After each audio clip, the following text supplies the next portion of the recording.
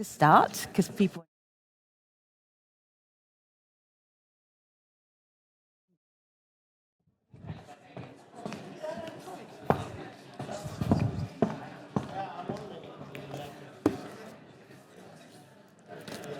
Welcome back to our online audience. I know you are already seated and ready, and I'm just going to ask our attendees who are in Zal 1 to also be seated and be ready. I'm waiting for your intriguing conversations to end so you can watch an even more fascinating conversation right here on the stage. Thank you. It's good to see you. This is the last session for our online audience for you to be part of the Berlin Moot. We've appreciated having you all day. Thank you for joining this session. Transforming peace leadership is what it is called, female voices. But when you see the stage, you will see that female voices also includes a male voice. And that is part of allyship. We thank that male voice. You'll be able to hear more from your panel in just a moment.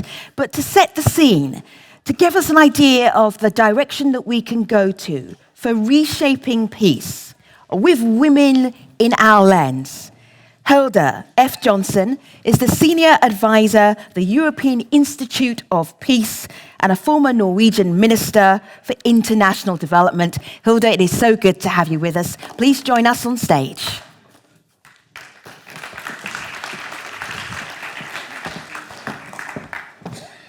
So, colleagues and friends, women are not angels of peace. More women in power and in mediation will not automatically lead to more peaceful societies. Women are victims. They are also perpetrators and military commanders, peace advocates and peacemakers. Gender does not deliver excellence, neither for men nor for women. Why then do we need women in leadership for peace and transforming leadership in peace? 3 reasons. There are many more, but 3 main reasons.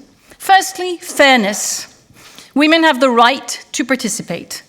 Conflict disproportionately affects women and their children. Women have the right to help put an end to conflicts affecting them. Excluding 50% of the potential capacity to make peace implies a significant loss and can easily also lead to results where their interests are ignored. Secondly, substance. It is widely accepted that women experience conflict differently from men. This can benefit a peace process. They often know more about the impact of war on the civilian population on the ground and will bring more of this complexity and depth to the negotiating table, including what is needed for sustainable peace, often with a stronger bottom-up perspective. Thirdly, process. Agreements are more sustainable and durable when they are inclusive. Evidence also shows that active involvement of women implies focusing on issues that elevate the chance of reaching a durable settlement. This is why, ever since Security Council Resolution 1325, a lot of efforts has gone into getting gender parity in peace mediation. What is the reality then? Bleak.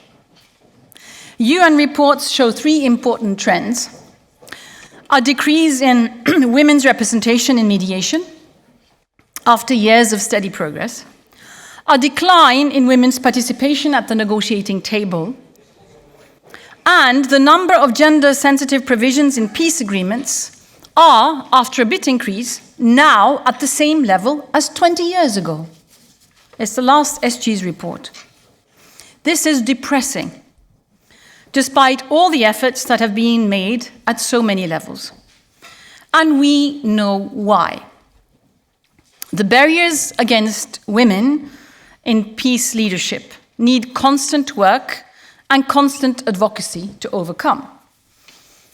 The gender bias, deep-rooted, where men are dominant and seen as leaders, not women. The security bias, where military and security issues are seen as male domain. Those holding the gun are to negotiate ceasefires. And the like. And with the like comes almost everything. Women are often excluded or have a tokenistic presence for the show. The big man bias. High-level politicians, former presidents and prime ministers, and diplomats fly in and fly out to mediate. Almost all male. By virtue of their names, not necessarily their competence. Typical of a lot of African and Middle Eastern mediation, but also elsewhere. This big man syndrome leads to mediation being a man's world, and negotiations sometimes becoming a boys' club. The important question we need to ask is this: is this a success formula for long-term peace? Is this modus operandi leading to lasting peace? I think we all in this room know the answer. The big men are struggling hard. The field is in big trouble. Not only are conflicts increasing dramatically in the world, more and more peace agreements also fall apart and end in new conflict. They are not sustainable.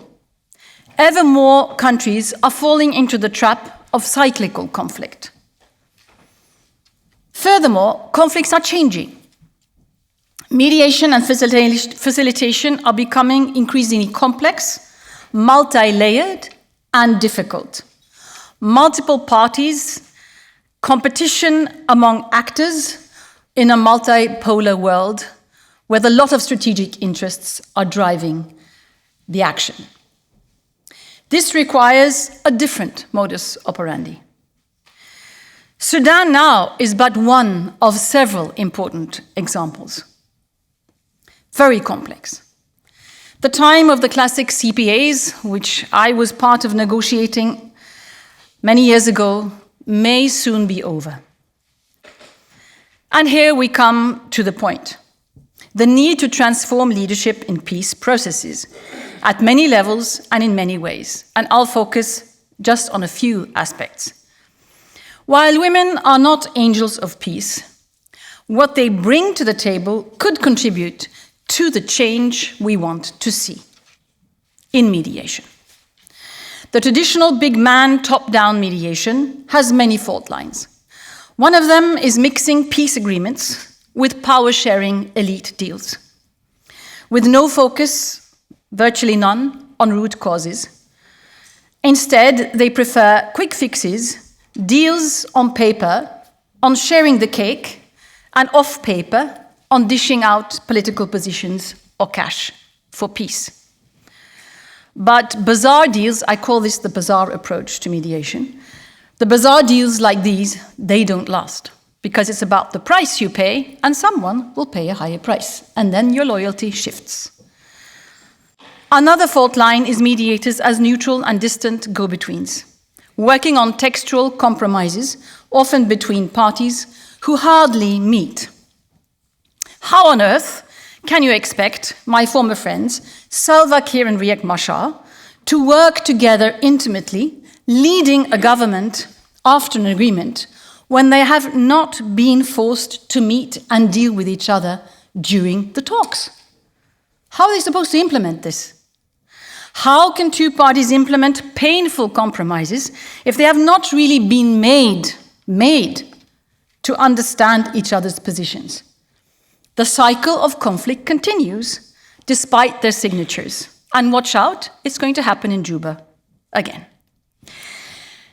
Relation-based mediation identifies the root causes and tries to make the parties to address them together. I have witnessed how staunch arch enemies became partners in peace over a period of 18 months in one room. It is possible. To me, this means three things in mediation. It sounds naive, but I think it's a good way to think. The tree. Listening under a symbolic tree, taking the time to understand where each party is coming from. The African way. The shoe. Stepping into the other party's shoes makes you understand better. How would I feel if I wore those shoes? Which positions would I take if I were him or her? How would I react? What would be my red line? You learn and you understand. The bridge. Mediation then becomes translation, making both sides understand how it would really feel to wear those other shoes, understanding the root causes and the red lines. We need mediators who have the patience to do this, to listen, to understand, and to work on the relations between the parties over time. No quick fixes, hard work, and when relations between the parties have improved, they are also in a better position to sort out problems and tensions between themselves and reaching agreement through compromises they themselves can craft. Not always, but sometimes. And not least, then they own it enough to implement it and know how to sort out the problems between them during implementation. So peace becomes more sustainable and durable, if indeed one succeeds in building relations in this way. Today's complex reality also requires another skill set, the ability to deal with multiple parties simultaneously, to be inclusive and to engage with the influential external players. You have to deal with the big guys at the top in several countries and in the parties, with the unruly armed groups on the ground, and their many affiliates, often simultaneously. This again requires the ability to also engage at the grassroots level, bottom up, and to understand the importance of doing so. You need to be willing to sit under that symbolic tree and to try wearing those shoes and to translate. In other words, multitask. I think you know where I'm heading. Soft power. Relation building, the ability to listen, and dialogue at all levels. Inclusiveness, bottom-up, multitasking. These soft skills are more typical among women than men. Not that men don't have them, some do, but mostly women do. Therefore, if we, beyond the work on gender parity, also could transform our expectations and requirements for leadership in peace and in mediation, more women will be seen as best for the job, the best fit, and the best qualified candidates. You may think that this is naive. Big politics, geopolitical competition, religious preferences, and time constraints will determine the pace and leadership in peace processes anyway.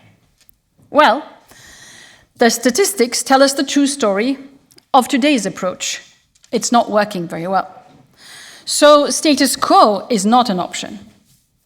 And no matter what, context, players, who we have to deal with, conflict resolution always starts and ends at a table or several tables with parties and a mediator or a third party helping out in one way or the other.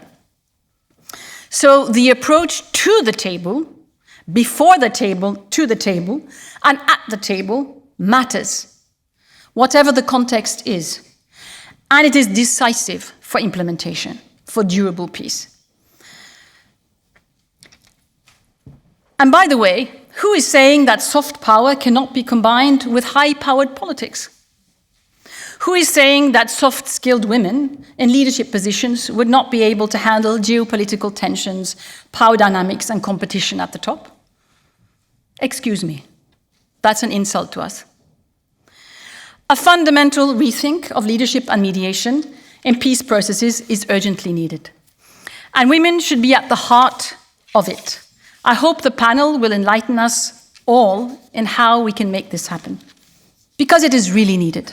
Thank you for your attention.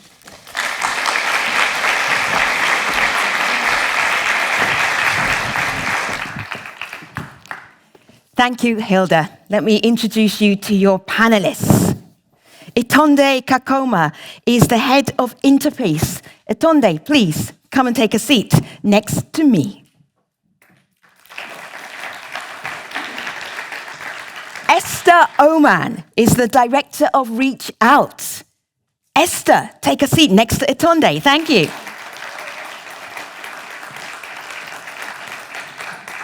Sanam Naraji Andali, thank you very much. I feel like I'm doing register at school. Sanam, thank you. Executive Director of the International Civil Society, welcome. And Neha Sangachka, thank you so much. Nice to have you with us. Appreciate you. Senior Advisor on Mediation, a UN Fellow, and Senior Advisor at the GCSP. This is your panel. Sanam, you said something to me about 2 hours ago that perfectly summed up what this conversation is about and what it is not about. And it started a big conversation amongst us over lunchtime. What is this conversation not about? Good afternoon. Thank you for showing up at 5:30 in the afternoon. So I'm going to start with where I came into this field of practice. I'm Iranian by background. I was 26 years old. I started working at International Alert. We were doing conflict prevention. One of the things that was evident in the organization and in the places that we were working was that the men looked at the issues in a very structural way. The women looked at the issues in a very practical way. We were dealing with civil wars. Burundi, Rwanda just happened. There was Bosnia, there was Sri Lanka. The international system was not designed to deal with civil wars. We all know this in this room, right? What we were seeing was that on the ground, in all of these countries, there were particular women who had the courage, the creativity, the imagination, but it takes huge amount of courage to stand up in the middle of a conflict in Sierra Leone and say, I'm going to go and reach out, or I'm going to do a march and go face the RUF. It was women who were basically involved in peace building.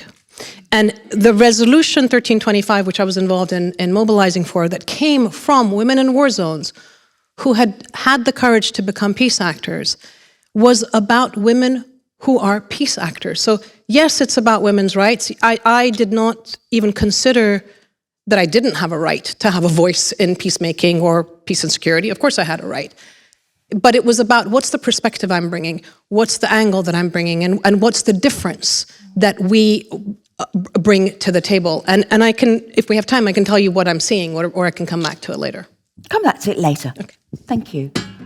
Itonde, how comfortable are you feeling on a scale of 1 to 10? 10 is, please swallow me up. 1 is, I'm very comfortable, I do this every day. 10. Thank you.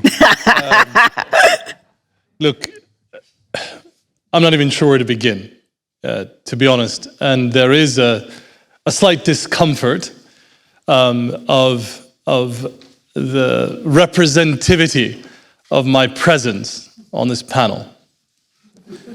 But I do it with pride. I do it with a kind of burden of responsibility. 6 months ago, I was privileged to be appointed as the new president and CEO of Interpeace, an international organization for peace building. And I say that deliberately because that already starts with, again, I use the term, a responsibility around what the qualities for leadership look like today and what they may not look like. And I think part and parcel of perhaps our conversation is reflecting upon the qualities of leadership more broadly. Hilda, I think, touched on some critical reflections worth further consideration. In my part, I'm very mindful that a significant portion of my formation as someone groomed in peace mediation and humanitarian diplomacy is precisely by way of the very individuals she was describing. Older men who were in positions of power, former presidents of the United States, of Finland, of Tanzania. But through them, be it President Carter, be it President Atazari, be it President Kappa, through them, I would like to believe I witnessed some core characteristics of what leadership entails from a transformative point of view with possible application to peace mediation. And I believe with consequence also for a broadening, a systematic broadening of the table in advancement of peace. And by table, I don't mean a formal negotiating table alone. We're talking about the broader architecture and mechanisms by way peace comes about, not solely through agreements on paper, Okay. but in a transformative way. All right. I'm going to tell you, attendees and online, that all of our panel, they know each other. So if you, as colleagues and friends, if you sense something is not quite right about what your colleague is saying, Oh my goodness. do not just sit there, Esther, Neha, No. Hold on. because we want to take the real transparent conversation. We need to share it here at the Berlin Moot. May I ask you a question? You may ask me a question. You said on a scale of 1 to 10, I think it was, Yeah. my discomfort. Clearly something I stated provoked a discomfort. No, it was really the way you were sitting.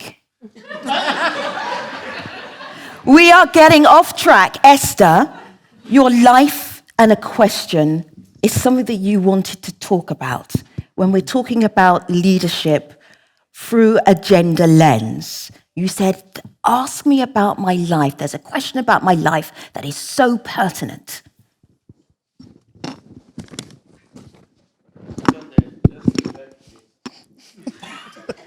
Are we getting heckling from the audience? All right, online you. audience. Thank you very much. We're getting a little heckling. It was, Etonde, please sit back, just so that he can see everybody. Esther, please continue. Thank you so very much. When you ask me a question today, I ask you in return that when you see me seated in front of you, what do you think of me? Who do you see and how do you feel having me here in the midst of this learned assembly? I am a woman from the ghettos of Douala in Cameroon. And I never knew anything like leadership, peace building. All I knew was that I wake up in the morning,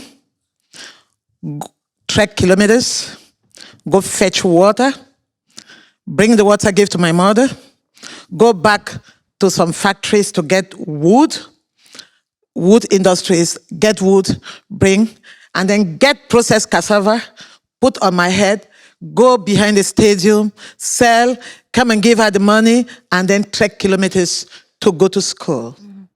That is the woman you have in front of you. And today we are talking about transforming peace leadership. Why am I here? Why am I seated here?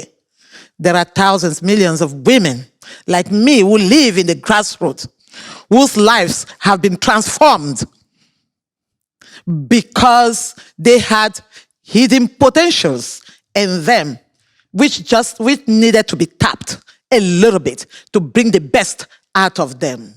And this is what happened in my life. I got transformed just a little bit, and I determined that I'll reclaim the power.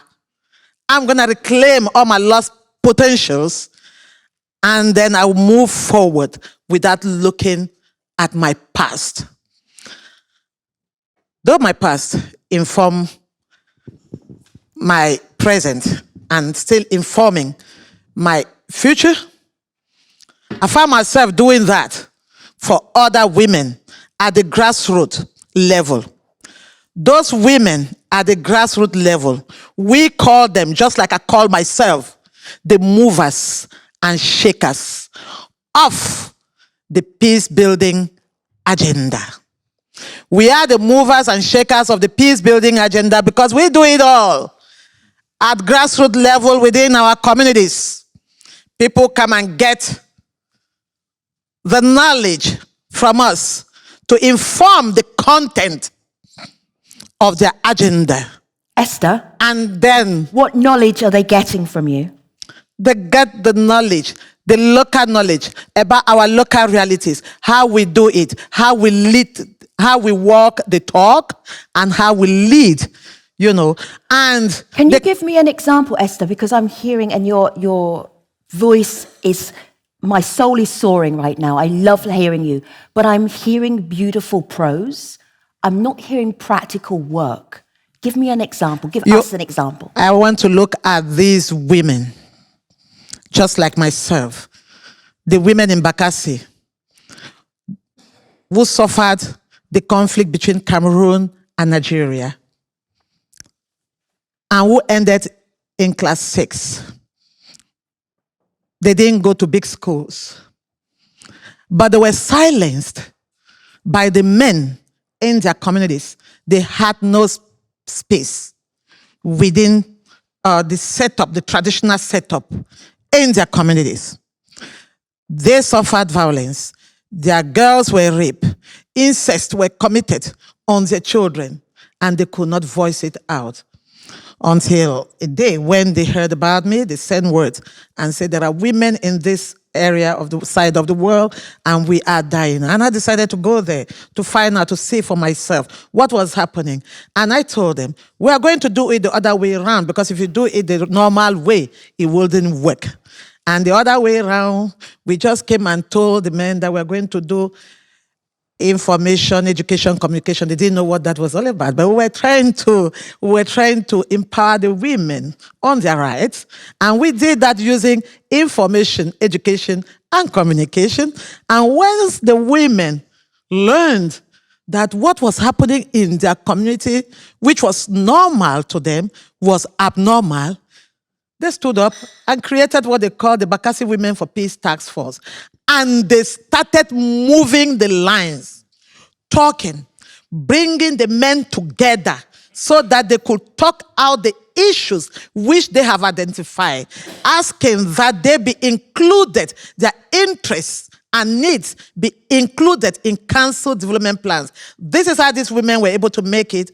And today, one of the women who led that movement, who ended at class 6, but later on, after getting the taste, tapping from her potentials and getting the taste of leadership, decided to go to secondary school. She is the mayor of Bakassi today. Okay, all right. I love that example. Sanam, you're making eyes at me. Go ahead.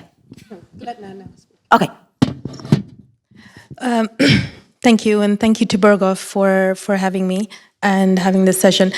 Itonde, I do share a little bit of your discomfort, and when I was looking at the panel, I kind of figured the same thing. Recently, a friend of mine said to me that it isn't women journalists, women scientists, women mediators.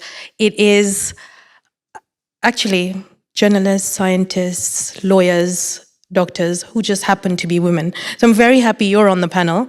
I'm not sure how comfortable I would have been on this panel, because I do think that we do need to move past speaking in silos and speaking amongst ourselves. Having said that, reshaping peace, I do love that. And the point I wanted to make on that is, if we're reshaping peace, then we actually have to reshape or even sort of break the patterns that are not working. Femi, if you allow me, I have 2 examples of patterns, because what was the challenge this morning? It was to be concrete, right? And concrete examples. My first one is about gratitude. I think in this field, the gratitude is does not go in the right direction. It should be the other way around. It is us who should be grateful that we are allowed in these spaces. Conflict is so deep, personal, scary, and it isn't sort of like the savior complex or people going in to help a community. That should be the other way around. They shouldn't be. We should feel grateful, and we should be happy that we're actually allowed to play a part in their story. And I think if we flip this narrative, if we flip the gratitude narrative, automatically things change in a less fixed way, in a less robust way. So that's one. The second one is about failure, taking risks and being allowed to fail. I think we have leaders amongst us. I will speak of two that shape my the work that I do. Mm-hmm. One is Meredith, that you see in the room, and the other is Mirko. And why do I point out these two? One man, one woman. Because throughout our work in Mozambique, we failed way more many times than we actually succeeded. And the only reason that I was comfortable and kept going is because both these individuals allowed failure. They understood failure. They gave space for it, which is quite rare in our field, where we are measured by success. If we can be measured by our failures, because when you fail or when you're allowed to fail, you feel more comfortable to take risks. When you take more risks, you have much more chance of success. I remember many times that I was going on back to Kenya, back home, from Mozambique on the 4-hour flight. Well, thanks to COVID, now it's like an 8-hour flight. But I used to think, oh, how am I going to package this one in a success? There was no way. So I would go and I'd be like, this is not a success, nothing is working. And I was working there for 6 years. So you can imagine a long period of time. The photos that you will see tomorrow will be of the success, will be of the agreement, will be of the pensions decreto passing, will be of that. But behind that have been, 6 years more, 7 years of pain, especially for someone like me who hates the bush. So going back and forth up that mountain tests you in many ways. So I guess being a woman in that space, very difficult. I'm better as, attuned to like a shopping mall. So I guess what I wanted to really make the point is that man or woman, that really doesn't matter at this point. Systems are breaking, everything's failing. We do need to relook at everything. I want to make sure that we don't escape from what our full mission is, transforming leadership. What do we give our audience who are watching, our colleagues who are in the room, from your life experiences? Neha, you start. The anecdote. It can be whatever you want that they will remember a year from now. Okay, this is something that I remember and probably always will. It's an anecdote that taught me the real meaning of humility in leadership. As I just mentioned to you, anyone who knows me and looks at me is, I don't even climb mountains for fun. Like, this is not an activity that I enjoy.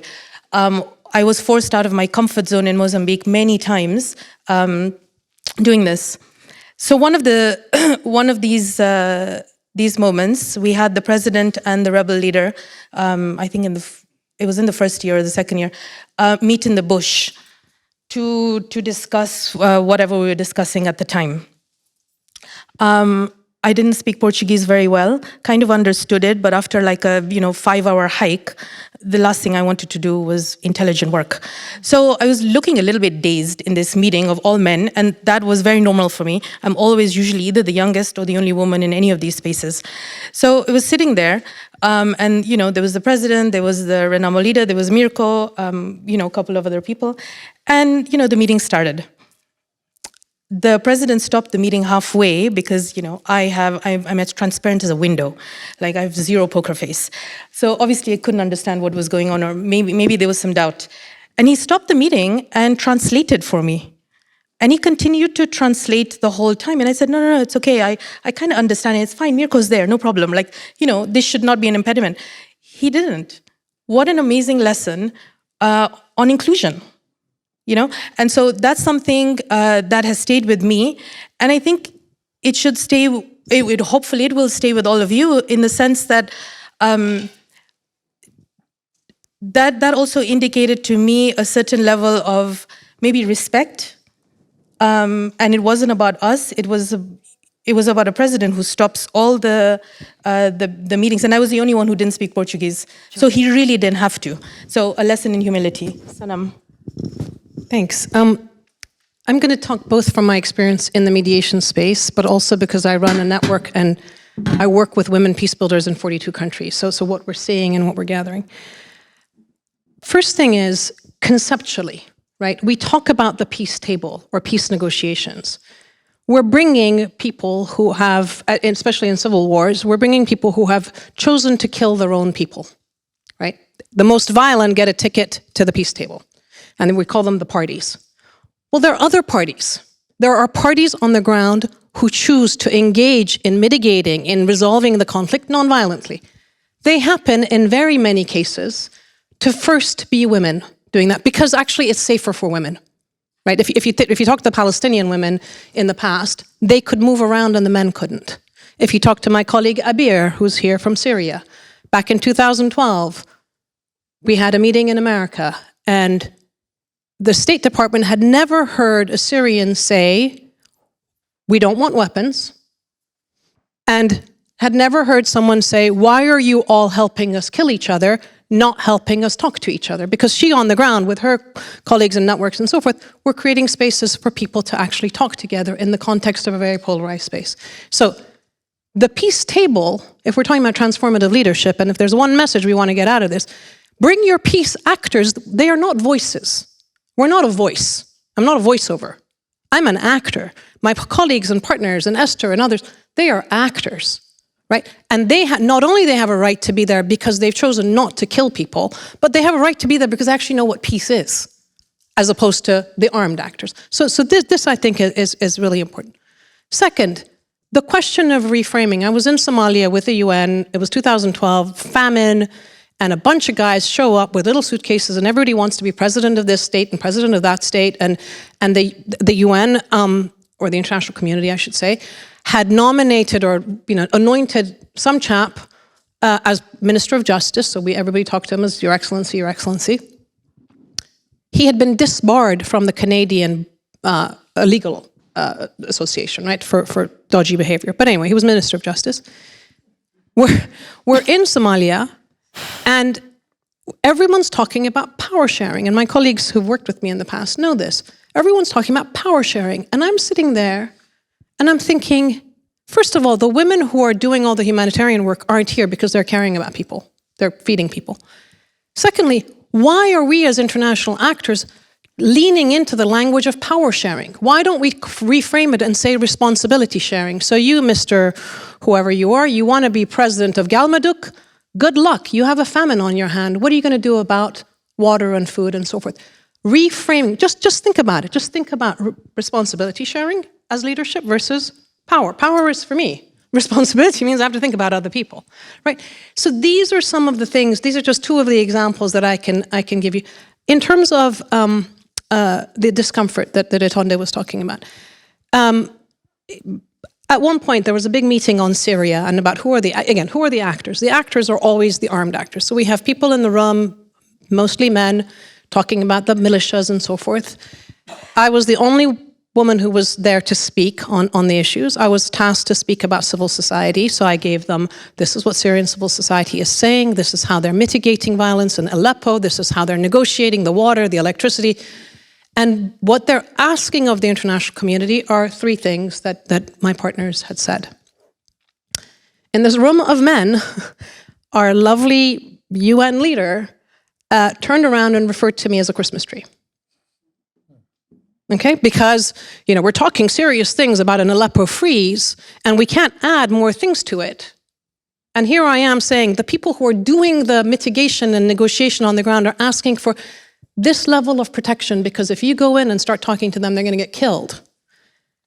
And that layer of complexity, which is very real, was framed as a Christmas tree to the only woman in the room who was speaking. So discomfort is something that we live with all the time. Also, we live with being underestimated, right? Or being presumed. So I think identity actually is one of the things that we don't talk about in mediation.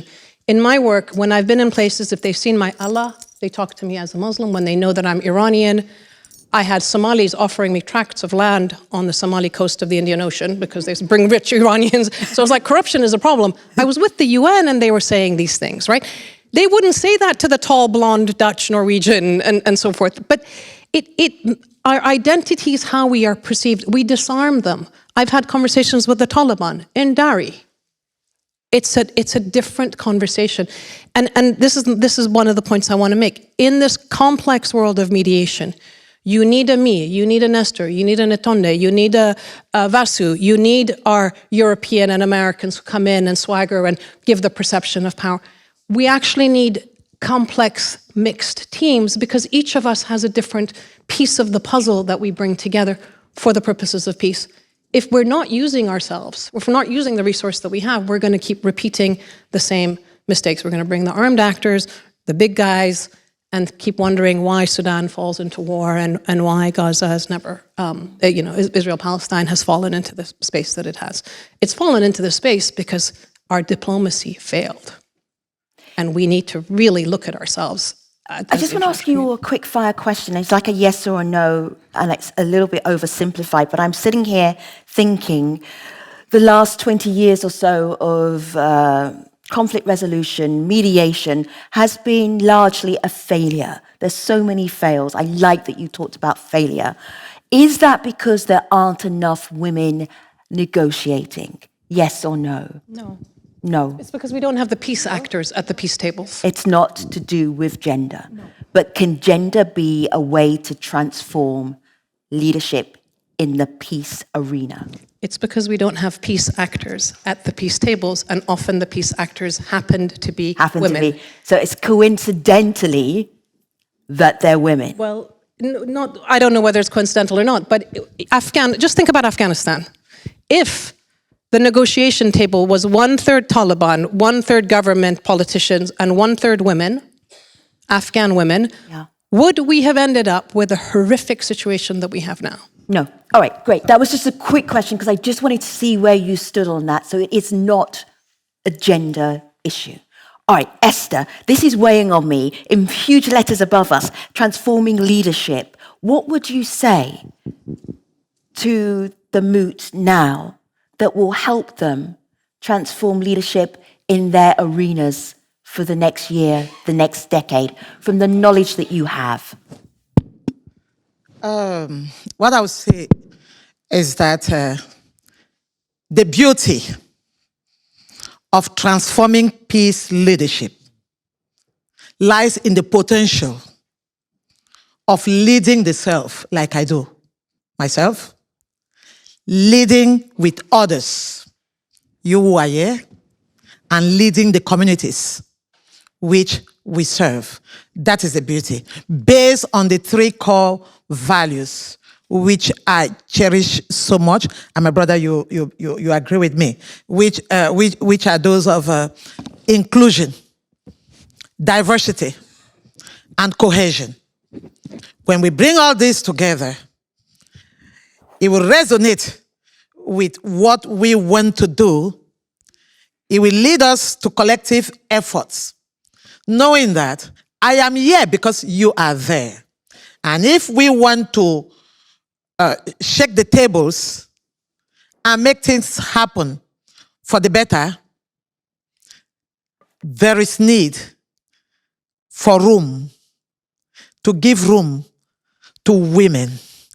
There is need to allow women to meaningfully participate in what we call peace processes. Esther, how do people give room for women? Usually, I would tell you the truth, we do not have the room. They don't give us the room. Yeah. But we seize it by force. Give me an and we example. have decided during the major national dialogue in our country, we led women to the pre-talks. Yes. We gave the government the resolutions, which the women came up with the mandate from women of the grassroots. And after that, they decided to invite us at the major national dialogue. And they called me and said, you have 10 invitations for your women. We need you there. They need us there. And we went. I'm happy. One of them is here, Clotilda. Yes. And I'm happy that she is here and she could testify that we went to the major national dialogue knowing that we were going to meaningfully contribute. But my dear sister, when we got there, after 1 hour, they told us you can go back. And that this was just the opening ceremony. You are no longer needed. What did your face do when you were told that you can leave? What did your face do? Reenact your face. Oh my God, you can imagine. What embarrassment. Yeah. What kind of embarrassment that you call women, leaders, to come to a process and you tell them that you can leave because it was just the opening ceremony. And we, the women, we have more than 10 sleeves in our bags.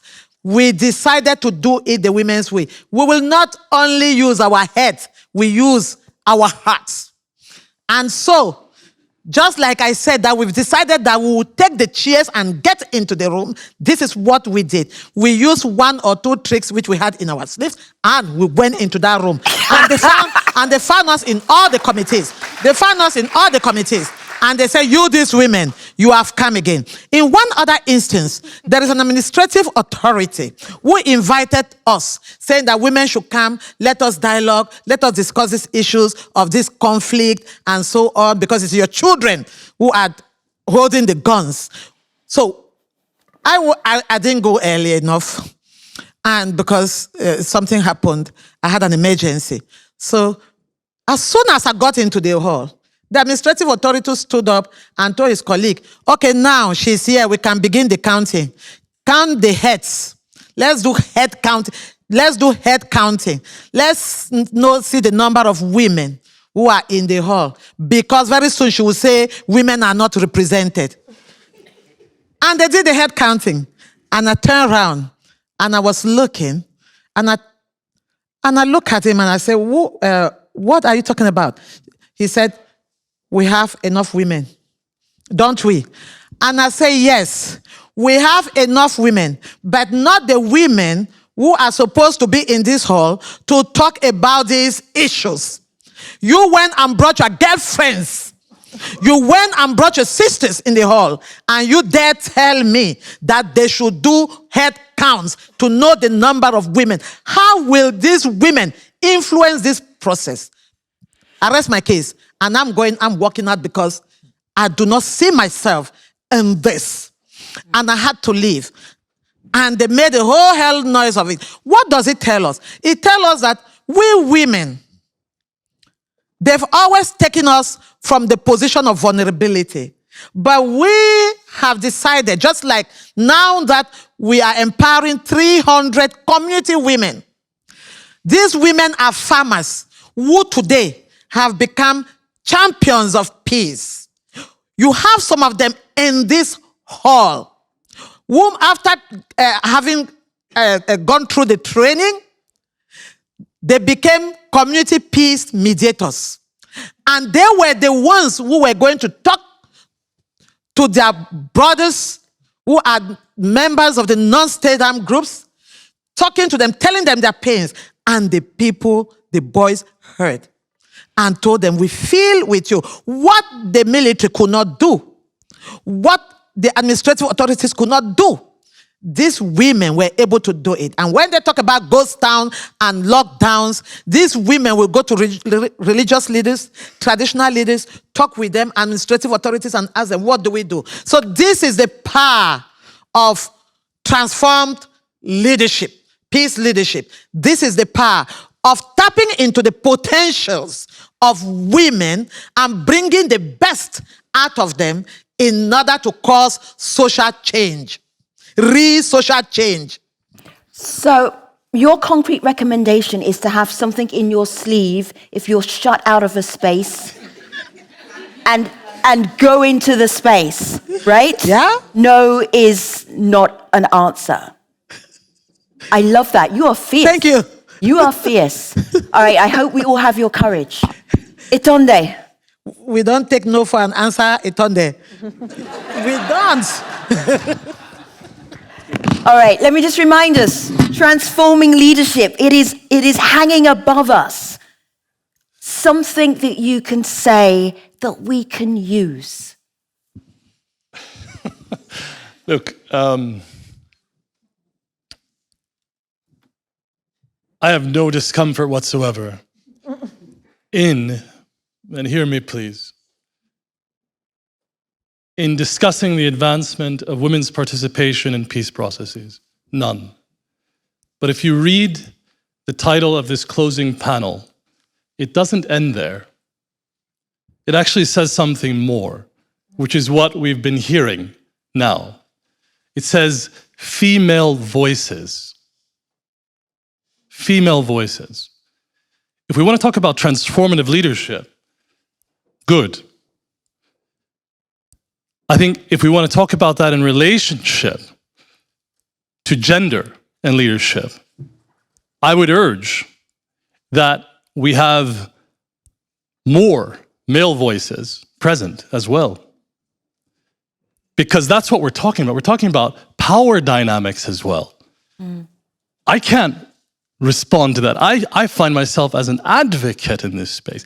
In fact, I was just sharing with someone from a headquarters of a Ministry of Foreign Affairs that, bios do matter because we're talking about our own stories. And I was questioned and saying, I see you as, someone said to me, I see you have on your bio a reference to advocating for women, peace, and security.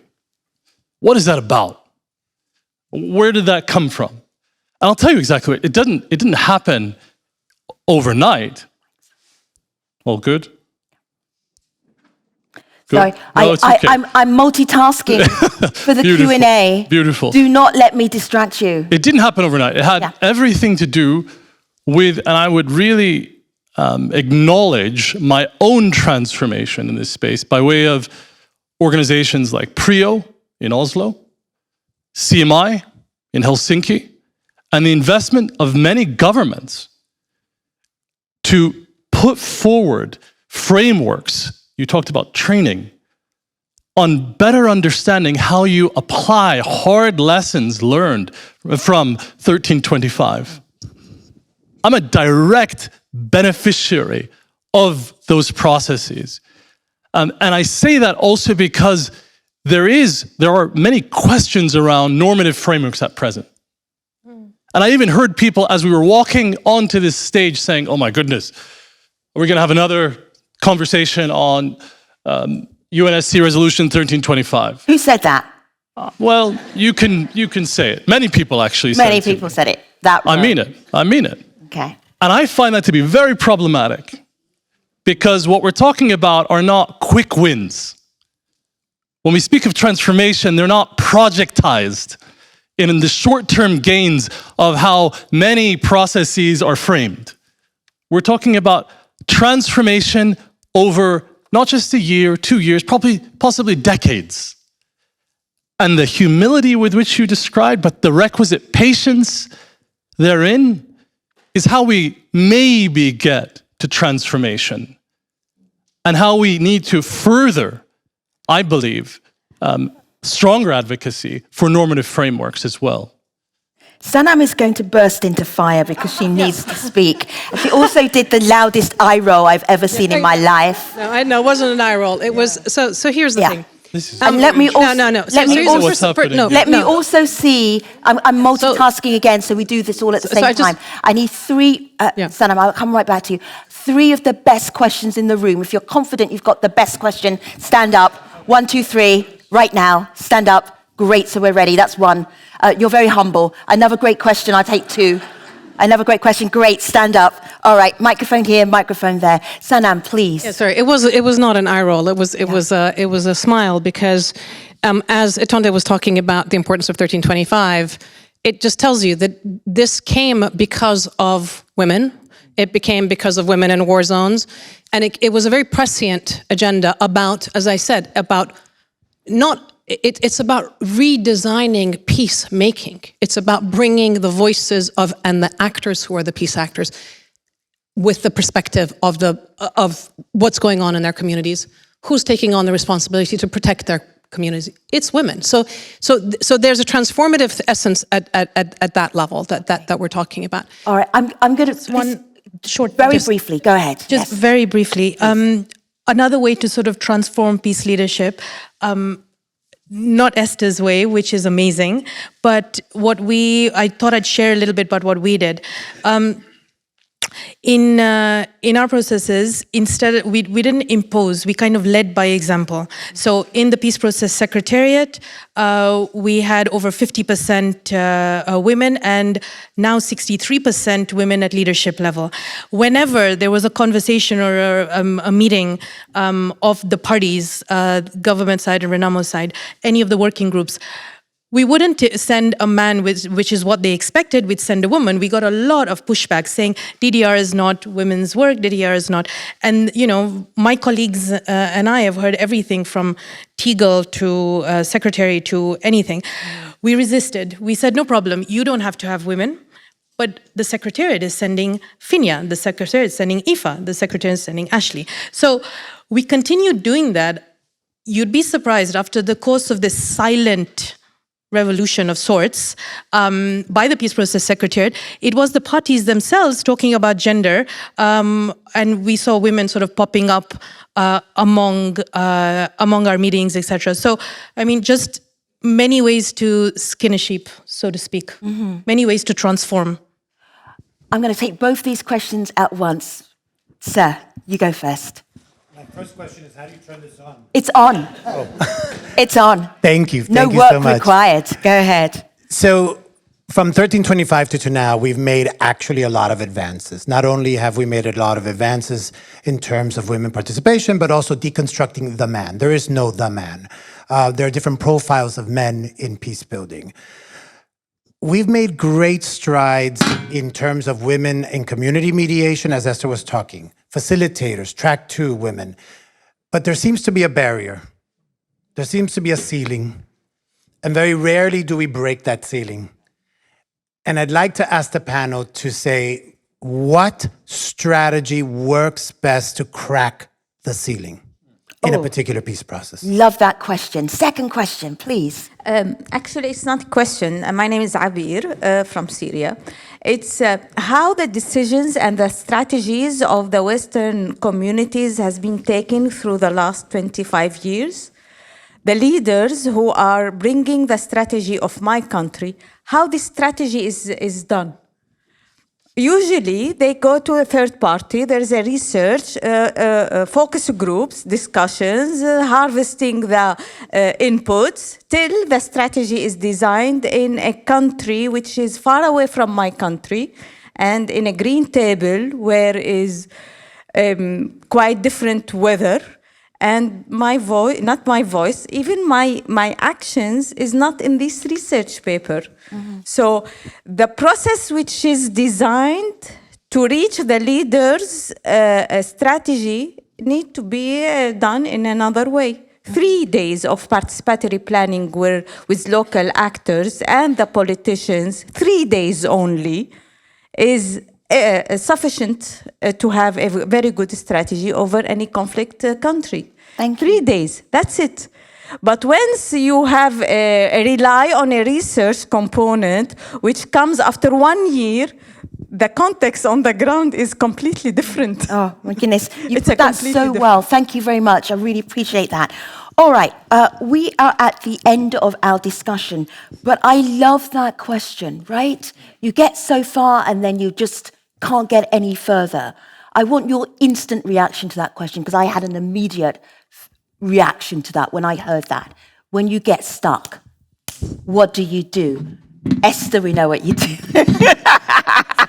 But Esther, can you do this in a sentence? Because I want to get to everyone. Yes, please. It's about amplifying the women's voices, giving them learning and sharing opportunities, and challenging the stereotypes which limit their roles and potentials and opportunities in peace building processes. Okay, Esther, Thank you. Thank you. Neha, go ahead. One sentence. Thank you. Okay, very quickly.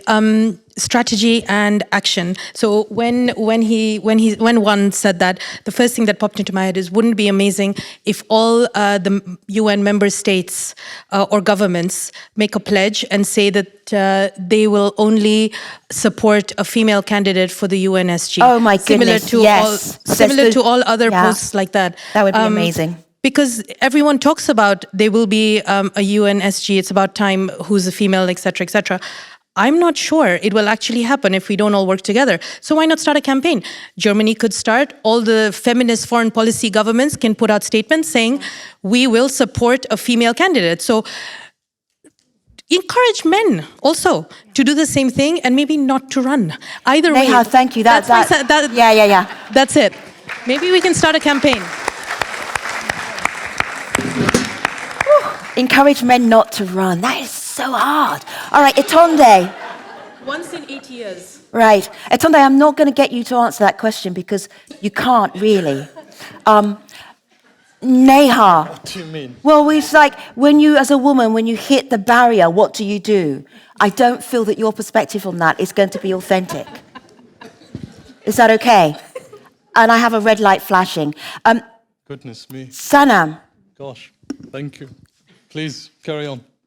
Sana, I want to take you back to 2002 because we're going to wrap up this session. There's so much more to talk about. And Itonde and Esther and Sanam and Neha, I am taking you and all of our attendees here to our reception because there's so much more rich conversation to be had. But to end this one, 2002, just tell me that story very briefly so we can leave and end this conversation. So in 2002, the Israel-Palestine situation was very bad. There was the Second Intifada. There had been curfews, and Israeli and Palestinian civil society were basically not working together, and it was a risk. But an Israeli American, an Israeli peace activist, and a Palestinian woman decided together to go to the Security Council to speak publicly. And I just wanted to share with you a little excerpt of what each of them said back in 2002 to the Security Council. So Palestinian Maha Abu Daya Shamas, she said, peace is made between peoples and not between leaders. If we leave it only to the men, we get Israeli generals and Palestinians who will not be defeated. There's no room to negotiate. The participation of women in any future peace is essential to maintain connections to the realities of the relevant societies. There's more to it, but I'll stop just because of time. And then Terry Greenblatt, her brief quote, she said, and this answers your previous question, we as women have developed the courage to cross the lines of difference drawn between us, which are also the lines drawn inside our heads, and the intelligence to do it safely, without a gun or a bomb, and to do it productively. Most importantly, we are learning to shift our positions, finding ourselves moving towards each other without tearing out our roots in the process. Even when we are women whose very existence and narratives contradicts each other, we will talk, we will not shoot. We are willing to sit together on the same side of the table and together look at the complex joint history with a commitment and intention of not getting up until, in respect and reciprocity, we can get up together and begin our new history and fulfill our joint destiny. Sit on the same side of the table and look at the future. That was 2002. Imagine if these women had been let into Annapolis and into every damn attempt, supposedly by the same men, supposedly trying to bring peace to Palestine and Israel, supposedly. We would not have a genocide.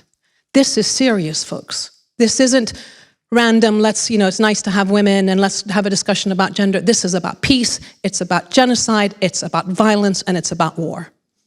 And it's about peace for our kids. Thank you.